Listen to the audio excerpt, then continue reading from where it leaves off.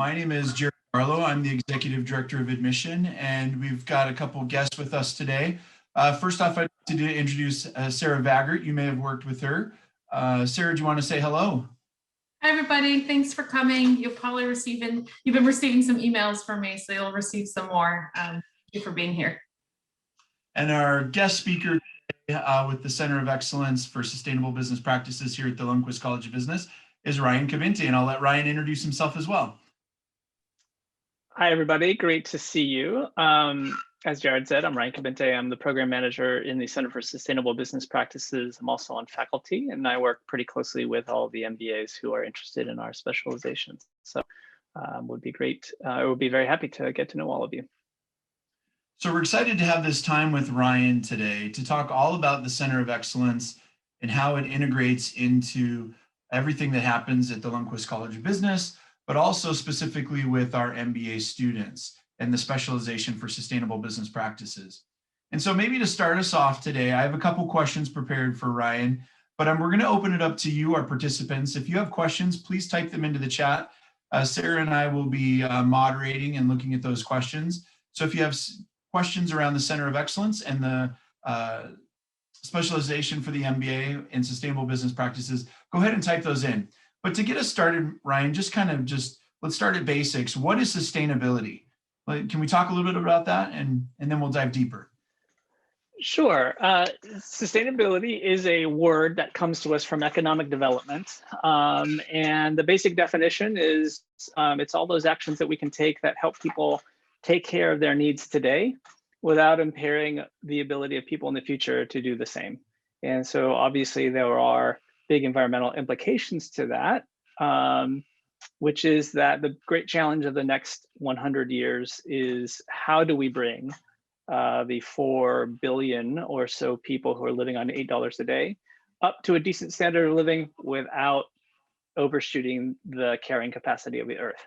That's sustainability. That's the big challenge. And so what gets interesting is when you combine that idea of sustainability with business. And it turns out there are all kinds of ways that this sort of mega trend about the relationship between humans and the environment, there are all kinds of ways that that super trend manifests itself in business strategy, in innovation, in risk assessment and management, and in finance, and marketing, and supply chains, and all that kind of stuff. So that's what sustainability is, and that's what we work with every day. All right, so taking it a little deeper into how does that kind of, those ideas of sustainable business factor into kind of the Center for Sustainable Business Practices. So talk maybe a little bit about the center, how is it founded, what's the purpose of the center, and kind of how does the center engage with students? Yeah, well, sustainability and business have been colliding with each other for probably in a really conscious way for about 20 years now. And so because we have that history, we now have a curriculum that we can design and teach about how to make the world more sustainable using the tools of business. And so that's basically what the center is there for. So we maintain and sort of manage the classes and the curriculum, the coursework that you would go through in a specialization, but then we also develop programs that are co-curricular in nature that have to do with experiential learning that bring you into contact with real-world problems and real-world practitioners as you go through the curriculum that we've set. And so we spend a lot of time taking you, hopefully when we can travel again, taking you to companies in Seattle and San Francisco and in Asia, and of course in Portland, that are doing all of this kind of work. We are constantly trying to bring companies to campus to speak to you about what they're doing, whether it's in impact investing or renewable energy or regenerative agriculture, any of the areas that are sort of building. And then we're also bringing in companies to come in and essentially be your clients. So we have consulting projects that we're working on constantly that can help you build a portfolio in projects, skills, and activities having to do with sustainable business. So that's basically what we do as a center. On the student-facing side, we have some parts of what we do that are facing the faculty and their research interests.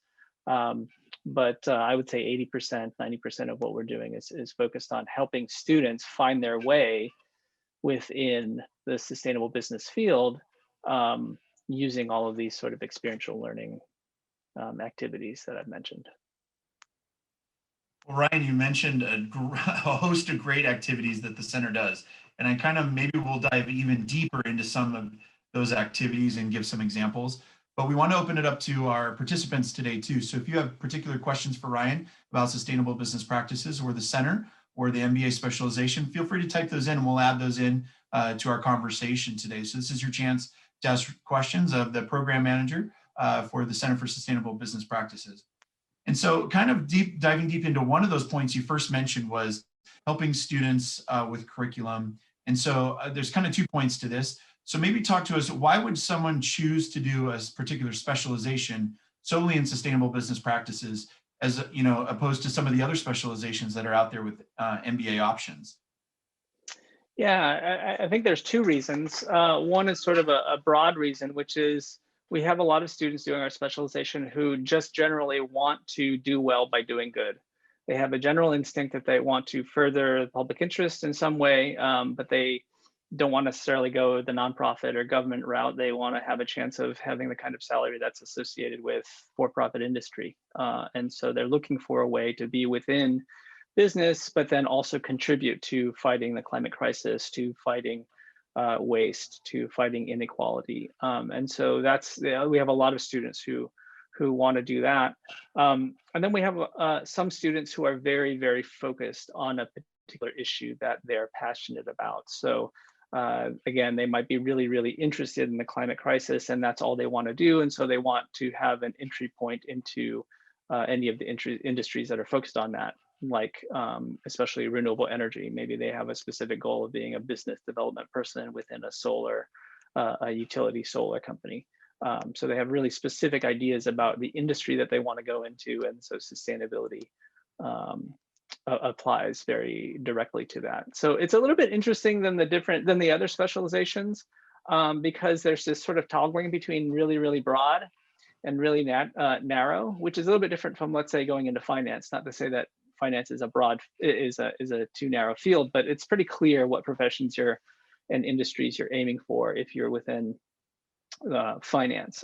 Similar for sports, but sustainability, it's become so broad, and there's ways in which sustainability is being applied in every industry out there, that it's kind of an interesting question, what kind of person wants to be involved in sustainability, because it's while we have people who really want to specialize and have sustainability in their title, you could not want to have sustainability in your title and still find sustainability a useful lens for strategic thinking and positioning yourself to understand some of those super trends that are out there. So just kind of to parlay off of this last kind of point that you brought up, what are some of the titles that students kind of go into? Because I've heard you mention that, sustainability is not one industry yet. It covers all industries, right? And so what are some of the titles that students can expect if they go into a specialization in sustainable business practices? What should they be looking for, or what are typical pathways that students can kind of go into for kind of career options for that first career title outside of an MBA? Yeah, there are a ton of them. Sustainability manager, director of sustainability, director of corporate social responsibility, global environmental manager. Those are all titles that make a lot of sense. There's a lot of titles in environmental health and safety, EH&S, which is a particular sort of compliance-based set of titles and jobs that our students are really suitable towards. Our students also go to MBA program, or to any position that an MBA would be qualified for. So whether it's product development, project management, business development in any kind of industry, more and more our students are going to jobs that don't have sustainability in the title, but they're using a sustainability lens to be successful in their jobs. Procurement and supply chain, business analytics, all of those are titles that our students are tending more and more to occupy. Those are some amazing titles. Yeah, it's a little bit difficult because, as I say, it's difficult to articulate because it is so broad. And so, the way we sort of design our programming for students is to really tap into what students are interested in. And then once we understand that, what do you want to be doing every day functionally? Do you want to work at a big company or do you want to work at a small emerging company? And once we sort of fill in those details, then we can hone in on something like job title, right? Because if you decide you want to be energy, you're probably do energy, you're probably going to have a different set of relevant job titles than if you want to be in apparel. So it looks like we have a good question in the chat. I'm going to kind of go to this one. Let's see here. Oh, it's a long one. Yeah, it's sort of a question about what differentiates our specialization. I would say the one big one is that we put a lot of emphasis into the experiential learning part of things. And I know that most schools will say that, and it's very difficult to really tell what the differences are. But I think the quality and diversity of the companies that we come into contact with, and then the depth of the projects that we go into, are quite exceptional. So I'll give you, one example of a consulting project that we did. Usually when you go to sustainability program, you'll get connected with the sustainability department, and maybe you'll do some you'll do some managerial reporting or sustainability reporting, or maybe you'll do a dashboard of some kind. But the projects that we try to work on are a lot more closely tied to the strategic and operational core of the businesses. So for example, we did a project with Alaska Airlines, who was trying to figure out whether or not they should try to procure more sustainable alternative jet fuel. So the biggest sustainability impact of an airline is its jet fuel. And so if you can buy jet fuel that's not fossil fuel, then you can lower your greenhouse gas input. But it's very difficult to procure this sort of alternative fuel because there aren't that many suppliers and it's a very new industry. And so what they asked us to do was to project forward until the next 30 years what their strategy should be in terms of what proportion of the fuel that they procure should be SAJF, as they call it. And what that required us to do is speculate as to what the supply and demand dynamics were going to be for that fuel. And it turns out that what we found is that from a sustainability perspective, it actually didn't make very much sense for them to procure sustainable alternative jet fuel, partially because there were other things that they could do that made better economic sense to drive down their greenhouse gas emissions, like improved engine efficiency or design of planes. But it turns out it made a lot of financial sense to procure more sustainable alternative jet fuel because it's actually a really good price hedge against fossil fuel because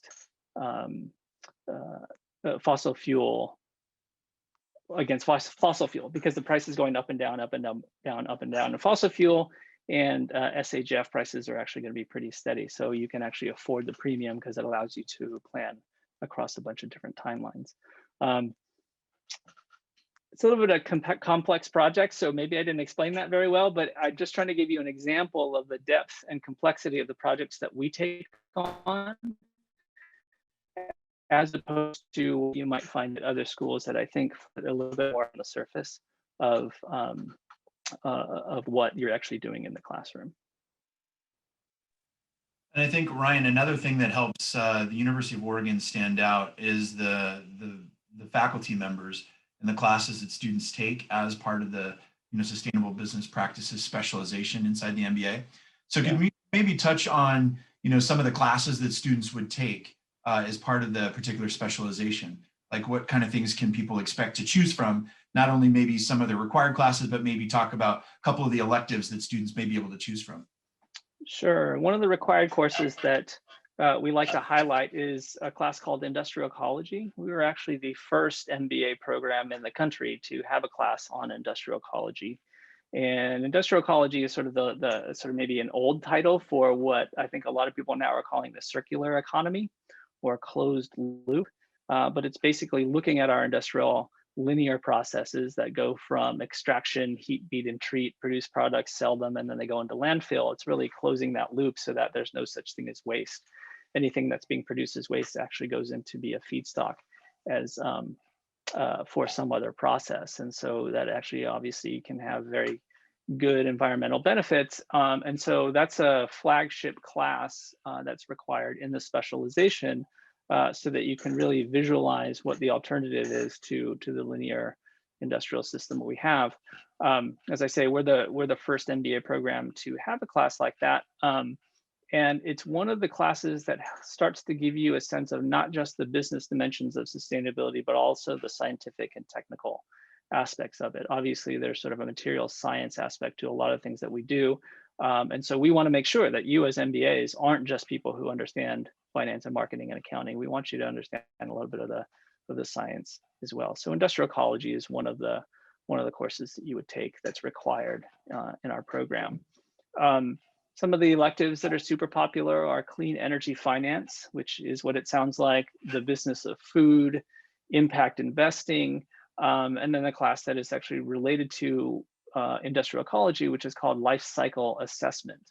Life cycle assessment is basically the hard science of industrial ecology. So it's taking a product or a process from soup to nuts, its whole sort of life cycle, and understanding at every stage what are the waste products, what are the inputs, what are the outputs, and what are the alternatives for simply dissipating toxins or pollutants into the atmosphere. Instead of doing that, how can we use those things to be productive?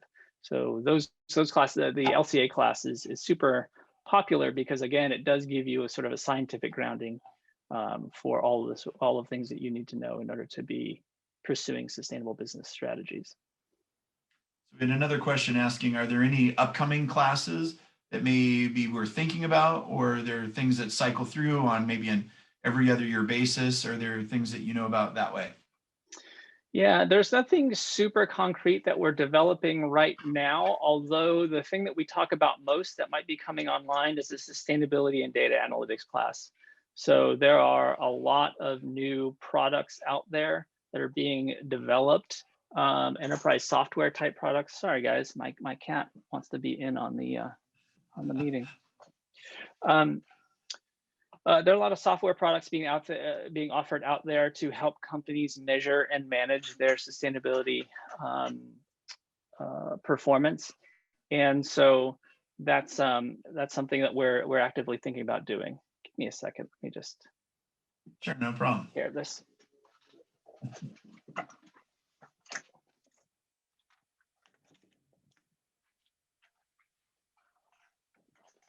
Sorry about that. Hopefully we can edit that out. No problem. Well, there was a question we had. Oh, sorry. Go ahead, Ryan. Oh no, I was just going to say sustainability and data is actually one of the areas that we're taking a hard look at. But we're happy to take any suggestions. We have a little bit of agility with respect to classes, but a lot of our reaction to current trends happens in the experiential learning part of the program. So our consulting and our trips to visit with companies, that's where we're really in contact with where the sort of cutting edge things that are going on. So we change those things very, very quickly. I think that's great. And so we had a follow-up question to that. It looks like by a member that wants to know if we can go into detail about some of the consulting type projects. We talked about Alaska Airlines, but in some of these other classes, do you know of kind of the excursions? And kind of typically the first week of every term, we have opportunities for experiential learning. When we visit Portland, what types of companies and processes do students engage with? And then maybe dive a little bit deeper about Seattle and maybe about the Bay Area and kind of those experiential opportunities, both COVID related and in a non-COVID year, if we talk about both those opportunities. Yeah, I mean, in a non-COVID year, which hopefully that's what we're at when we approach the fall, it's mostly corporate and factory visits that express the culture of the particular city that we're in. And so when we go to Portland, there's a little bit of agriculture, there's a little bit of it, but it tends to be focused actually on apparel, and especially outdoor apparel. So the Nikes, the REIs, the Columbia Sportswear, those kinds of companies. When we go to Seattle, it's very Seattle based. So we'll hit Amazon and Microsoft and those kinds of companies. And when we're in San Francisco, it tends to be sort of the Silicon Valley innovative companies. So companies like Google, and actually a ton of companies that you've never heard of because they're either super startup or they're super B2B. But companies like Trove, which is the back end IT and logistics for resale of used goods for a lot of big brands, including Patagonia and Arc'teryx. If you've ever been to Warnware on Patagonia's website, that's actually a company called Trove, which is a Silicon Valley venture-backed startup. We'll visit companies like those because those B2B companies are companies that you wouldn't necessarily know about. You know, we get a lot of students coming in saying, hey, I want to work for Patagonia, or I want to work for these sort of B2C companies, but there's a ton of companies that are sort of the intel inside that you never find out about, that we can provide you access to. And so when we're going to all these cities, we're hitting companies like those, and then all bets are off once we go to Asia. In any given year, we're actually not even sure which countries we might go to, but a lot of that is reacting to what you as the students tell us you want to see.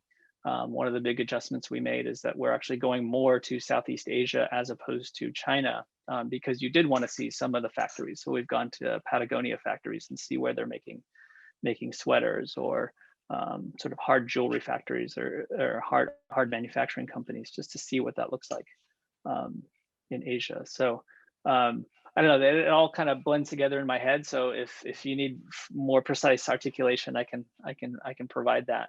I think Sebastian's question was also asking though about excursions out into nature in the specialization. And I would say in general, we don't do a ton of that. The most we get into nature would be if we are visiting an agricultural company and they're able to show us their facilities. So for example, when we go to San Francisco, we typically will visit Kendall Jackson Winery. So we'll be out there in the middle of Sonoma, looking at some of their vineyards and hearing about how they produce the wine. And then we'll go into the actual winery to see the sort of big vats where they're producing the wine. So they usually, you know, if it has something to do with the production of the product or service that's being produced, that's the only time we'll be sort of outside. I have to say though, our students, they know they have a treat in being here in Eugene. And so the students are getting outside in nature all the time. And you do a really good job of going rock climbing and hiking and getting out and seeing those sorts of things. So we don't provide so much of that, but it definitely happens. That's not to say we couldn't organize some stuff out there. I think it'd be really great for us to kind of understand watersheds in Oregon and understand how that all works. So going out to see that's something we could do, but that's not something that we do regularly. And so earlier on in our conversation today, you mentioned a lot about students' passions and kind of where they want to focus. But sometimes, you know, as we meet with a lot of potential MBA candidates or just students in general, how does, you know, what types of backgrounds lend itself to good careers in sustainability? So if if we look at, different students come into the MBA with a lot of diverse areas of experience, what usually lends itself to good transitions or pivots into the world of sustainability? Yeah, one big area is certainly a background in science and in STEM. I think your employability is enhanced in sustainability in businesses by being able to really understand, chemical issues or any of the material science issues. If you're an electrical engineer, I think that really helps. It's natural for then a solar company to see how you could be of use to their company. So STEM is really good. Business backgrounds also really, really help. I think there are a lot of idealists who are attracted to our specialization, and they sometimes have a little bit of an adjustment of, how to go from sort of an NGO background to a corporate background, where even if you are pushing sort of the moral qualities of the initiative or project that you're trying to advocate for, you still do need to make the hard business case. The business case does always have to be present. And so I think the more time you spend in business and the more used you are to developing arguments in that idiom does help. But that's not to say that if you don't come from those backgrounds, you can't be successful, because that's the whole point of going to school. So we'll help you get along that curve. I just think those two backgrounds can help quite a bit. Now, feel free, everyone that's participating today, to type in additional questions that you have for Ryan. We do have some other free questions that people had submitted. And so during an MBA, typically in the 2-year MBA or our 15-month accelerated program, students have the opportunity to do a summer internship. Could you maybe talk about what are the types of positions that students maybe have been able to secure for their internships during the summers? Yeah, we just sent a bunch of interns this summer to Nike, and they were helping with Nike's, I forget what they call it, but essentially their net their net zero climate goals, and finding different ways within the company to pursue that. We've sent students to internships with some of our partners in China. There's a company called Spraying Systems, which is a really cool company. They make nozzles. They make like 30,000 different kinds of nozzles, everything from spraying ceramic material onto semiconductors to spraying hard candy shells on M&Ms. So nozzles made of metal, nozzles made of plastic. They're the worldwide nozzle experts. So we've sent a few students to China to help them with some sustainability issues and production efficiency issues to that company. We've sent recently some students to internships in impact investing, and trying to evaluate and do due diligence on potential angel and VC deals. So yeah, it's super broad. Any of the big brands in Portland, in the Pacific Northwest, we've sent students to. So Amazon, or all of Columbia Sportswear, the folks that we've mentioned. Those are all places where our students go. As part of an MBA, networking is a very big and important part of kind of the process of learning to network really well while you're in an MBA program. Can you talk to us about what do you see that successful students do as soon as they get admitted to an MBA? How do they network through the center in order to engage with kind of industry partners, alumni, and folks in the world of sustainability? Yeah, a lot of it is really hustling to make use of the resources that are available to you at U of O. So there's no one size fits all, but certainly coming to me and letting me know what you're interested in, I can then help facilitate introductions to people in a lot of different fields. Same thing with a few of our other faculty members, Mike Russo and Josh Scove.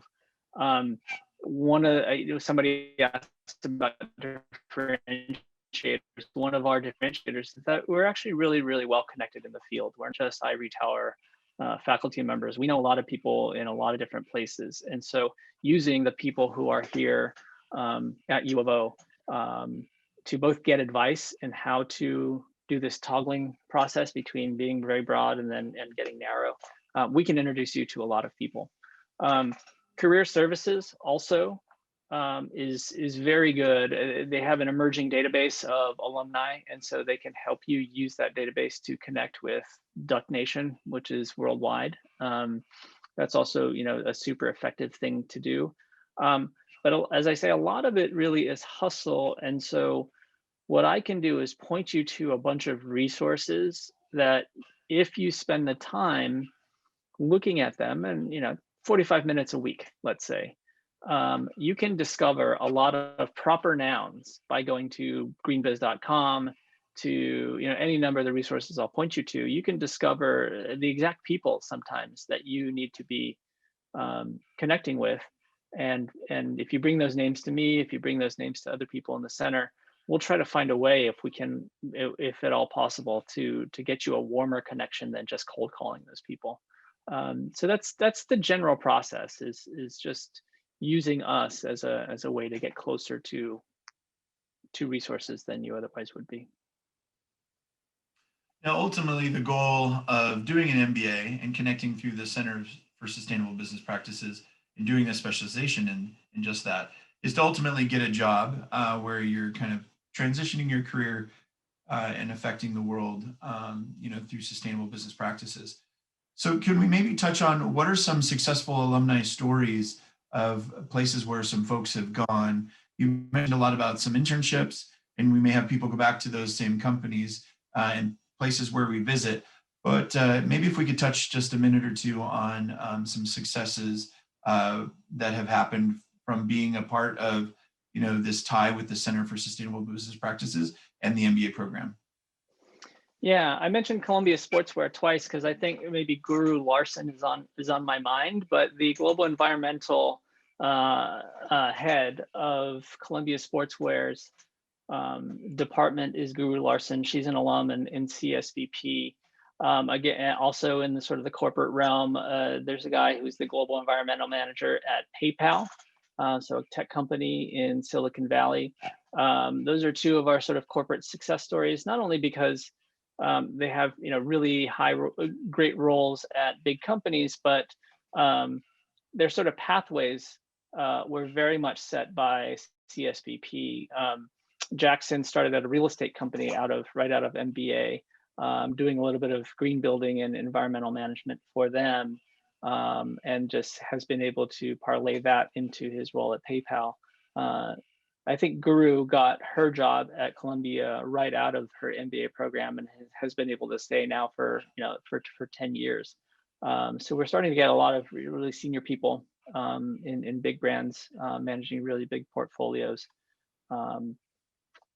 in that realm. We have lots of success stories in smaller companies. One that comes to mind is a guy named Pete Hazlett right now, who's doing product development for a company called Bevo. Bevo is a startup that makes metal bicycle water bottles.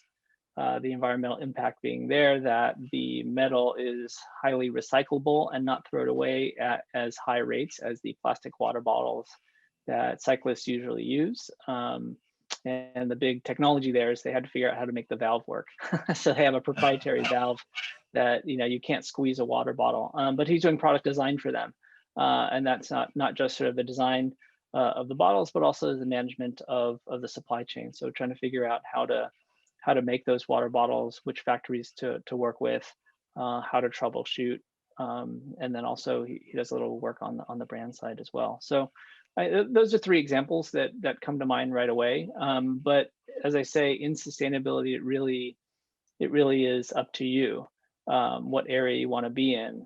If you want to do finance, you can be like John Lundquist, who just graduated. He's I guess he's associated with the finance department here at the center, but he just got a job as a CFO at a medium-sized, I think it's an agricultural company. But he was a sustainability grad, a sustainability specialization student that basically just pursued finance.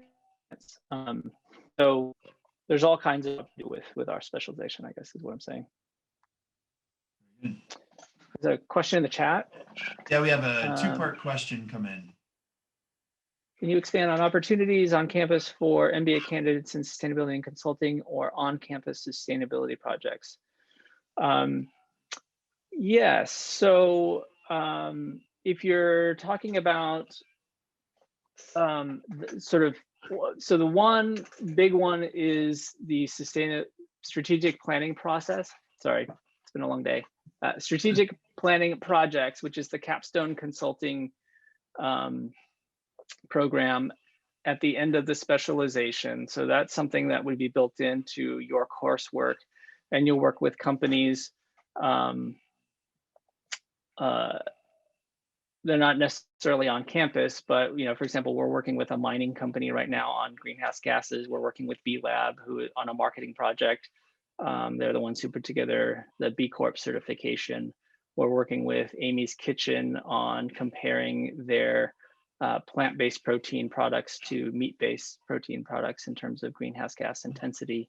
So those are just garden variety projects that are always happening in the context of the program. On campus, we are participants in the Sustainable City Year project on that's university-wide. That is a project run by the Policy School, I believe. And they attach to a government agency each year and provide student consulting projects in the context of courses. So we're actually doing a sustainability assessment for a proposed rail transit train between the city of Troutdale and Multnomah Falls. And the sustainability impact there would be to alleviate a bunch of car-based traffic for tourists. So that's sort of a campus-based project that we're working on. But we don't do, maybe this is what the question, the question is asking, we don't do very much sustainability consulting to the campus itself. In other words, we're not doing assessments of whether or not the campus should put solar panels on a roof, or we're not helping the campus itself measure the greenhouse gas impact that the campus has. The school has a separate sustainability office for that. But just because we're not working with them right now doesn't mean that we couldn't if that was one of your interests. So, we're obviously very close to that office. But in terms of the consulting projects that we're developing, we're more focused on putting you all in contact with external companies that you might want to work for in the long run, as opposed to things that are going on on campus. The other part of the question, can you also talk about case competitions and how the department supports those endeavors? CSBP has a fund that you can use to cover, when you're doing it, travel and accommodations to go to case competitions when you want to travel. There are 3 or 4 sustainability or impact-based case competitions that we tend to enter every year. A lot of them are associated with Net Impact, which is sort of the network of business school-based clubs interested in sustainable business.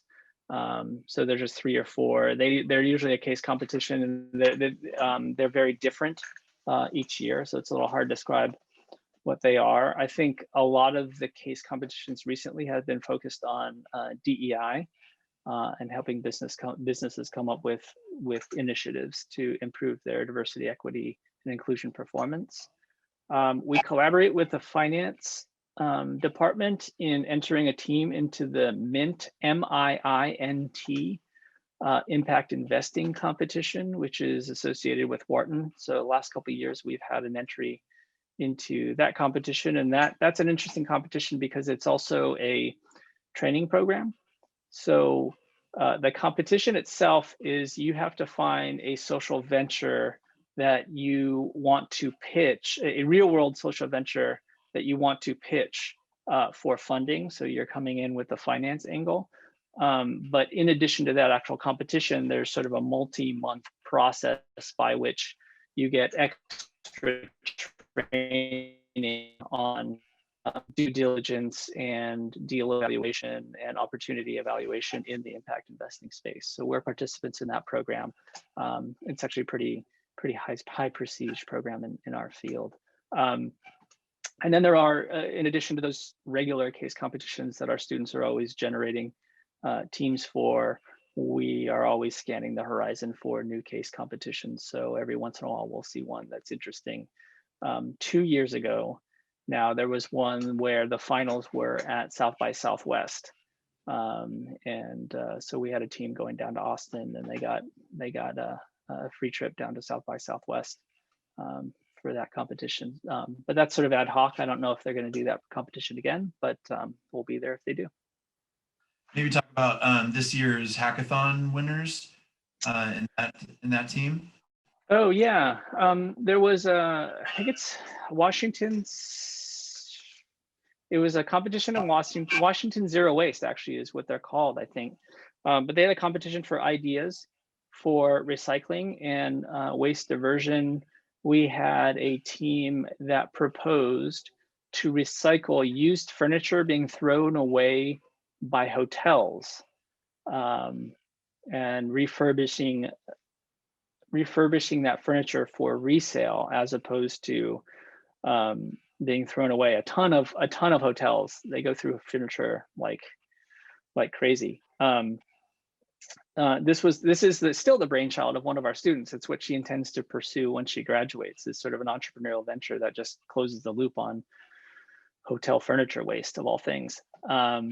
And she thinks she's going to be able to make a lot of money doing that. And so they further developed the idea and entered it into the competition and ended up winning it.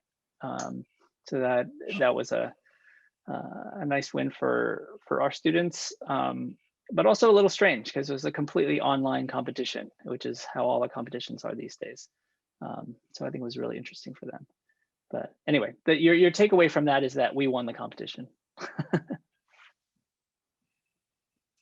Well, Ryan, we've had a great conversation today about all the different pieces to the Center for Sustainable Business Practices and kind of what students can do on campus. And so if anyone has additional questions, we'll continue to stay on and answer those questions.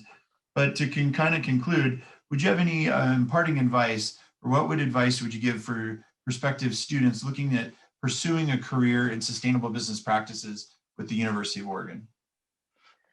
Yeah, it's related to what I said before. I mean, my standard advice is that you should be trying to learn as much about the quote unquote sustainable business field as possible so that you can start honing in on what it is that you personally really want to do.